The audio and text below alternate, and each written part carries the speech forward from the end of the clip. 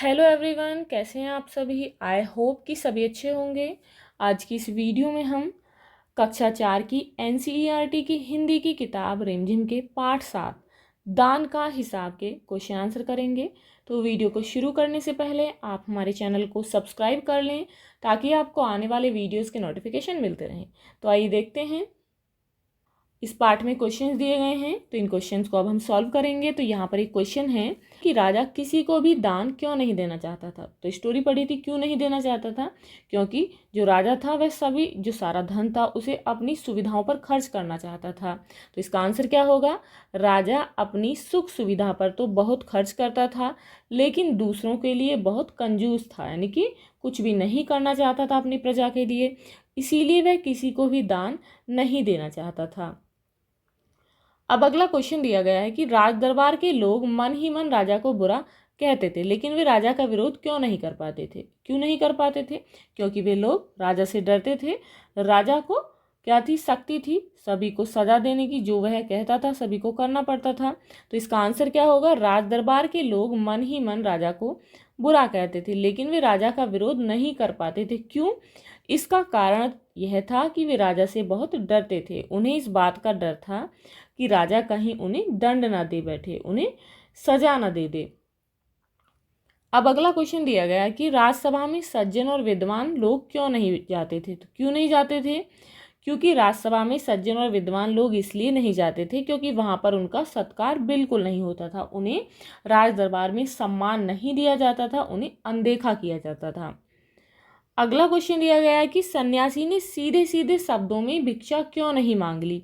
क्यों नहीं मांग ली, क्योंकि सभी को पता था और उस साधु को भी पता था कि राजा उसे सीधे सीधे भिक्षा नहीं देगा।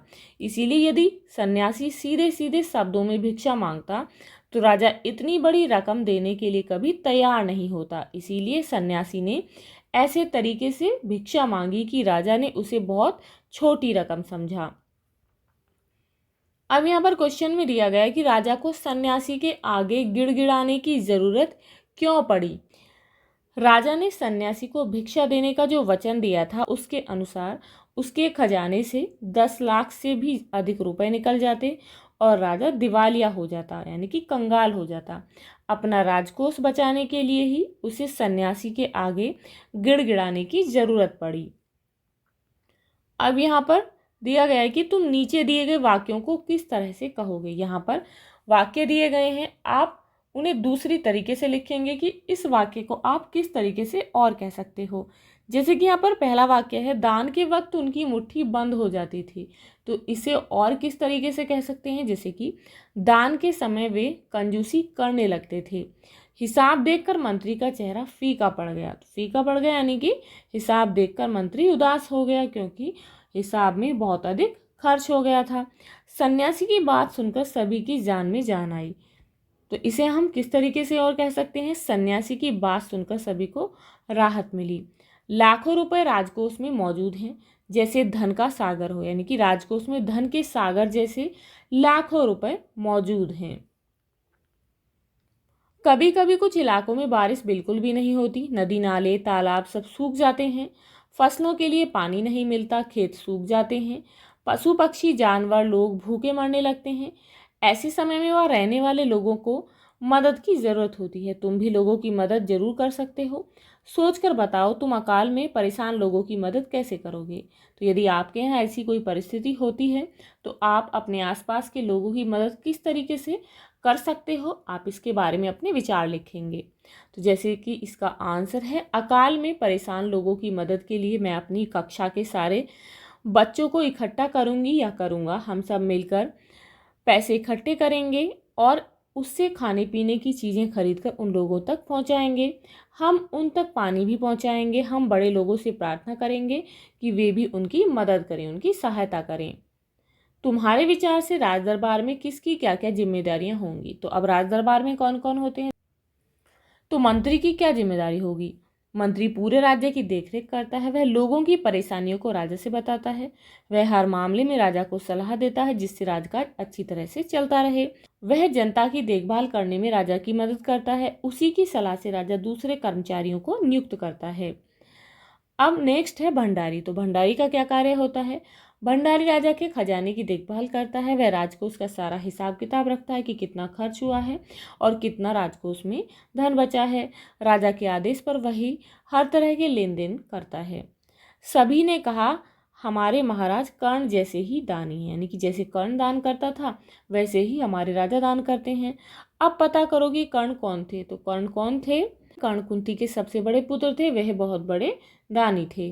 कर्ण जैसे दानी का क्या मतलब है? तो इसका क्या मतलब है? कर्ण जैसे दानी का मतलब है कि अपना सब कुछ दान में दे देने वाला बहुत बड़ा दानी। दान क्या होता है? जब किसी जरूरतमंद को कोई चीज़ खैरात में दे दी जाती है तो उसे दान कहा जाता है। अब यह क्वेश्चन है किन किन कारणों से लोग दान करते हैं। तो आंसर है दूसरों की मदद करने के लिए लोग दान करते हैं। कुछ लोग नाम कमाने के लिए दान करते हैं और कुछ लोग पुण्य कमाने के लिए भी दान करते हैं। अब यहाँ क्वेश्चन है कि राजा राजकोष के धन का उपयोग किन किन कामों में करता था। तो किन किन कार्यों में करता था?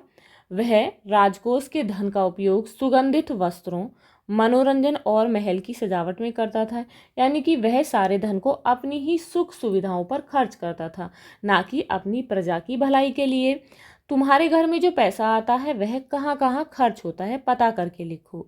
तो मेरे घर में जो पैसा आता है वह इन सब कामों में खर्च होता है। कौन कौन से कार्यों में? खाने पीने का सामान खरीदने में, कपड़े खरीदने में, बिजली पानी का बिल भरने में, टेलीफोन का बिल भरने में, हमारी पढ़ाई लिखाई में, इधर उधर आने जाने में, पूजा पाठ में, दवाइयाँ खरीदने में आदि। अब आपके घर का पैसा जो होता है वह किन किन कार्यों में खर्च होता है आप उनके बारे में लिखेंगे। क्वेश्चन है अकाल के समय लोग राजा से कौन कौन से काम करवाना चाहते थे। तो कौन कौन से कार्य करवाना चाहते थे? अकाल में जो लोग थे गांव के वो राजा से राजकोष से 10,000 रुपये दे दें, जिससे वे लोग दूसरे देशों से अनाज खरीद कर अपनी जान बचा सकें। यानी कि अपना पेट भरने के लिए अनाज खरीदने के लिए राजा से केवल 10,000 रुपये लेना चाहते थे। तुम अपने स्कूल या इलाके में क्या क्या काम करवाना चाहते हो? तो आप जो भी कार्य अपने स्कूल या इलाके में क्षेत्र में कराना चाहते हैं आप उन कार्यों के नाम लिखेंगे। जैसे कि मैं चाहती हूँ कि मेरे इलाके के पार्क में अच्छे अच्छे फूल पौधे लगाए जाएं, वहाँ खेलने के लिए झूले आदि लगाए जाएं, मेरे इलाके में एक डॉल म्यूजियम बनाया जाए। अब क्वेश्चन है कि राजा किसी को दान देना पसंद नहीं करता था। तुम्हारे विचार से राजा सही था या फिर गलत? अपने उत्तर का कारण भी बताओ। तो आपको यहाँ पर अपने उत्तर का कारण लिखना है कि यदि सही था तो क्यों था और यदि गलत था तो क्यों था।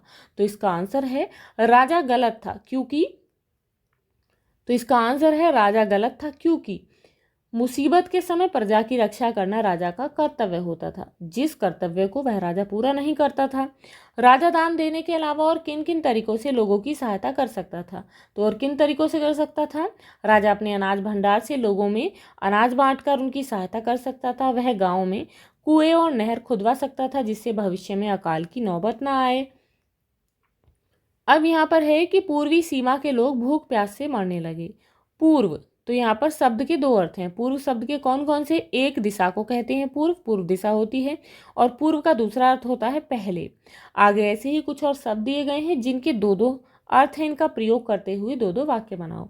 तो यहाँ पर ये कुछ शब्द दिए गए हैं, जैसे कि यहाँ पर है जल। तो जल जो शब्द है इसके दो अर्थ होते हैं। तो पहला है वर्षा होने पर चारों तरफ जल भरा है, यानी कि जल भरना, पानी को जल कहते हैं। गर्म दूध गिर जाने से मेरा हाथ जल गया, यानी कि किसी चीज़ से हाथ का या किसी भी चीज़ का जल जाना। तो यहाँ पर जल के दो अर्थ हैं। फेल होने की बात सुनकर सीमा का मन उदास हो गया, यानी कि सीमा उदास हो गई।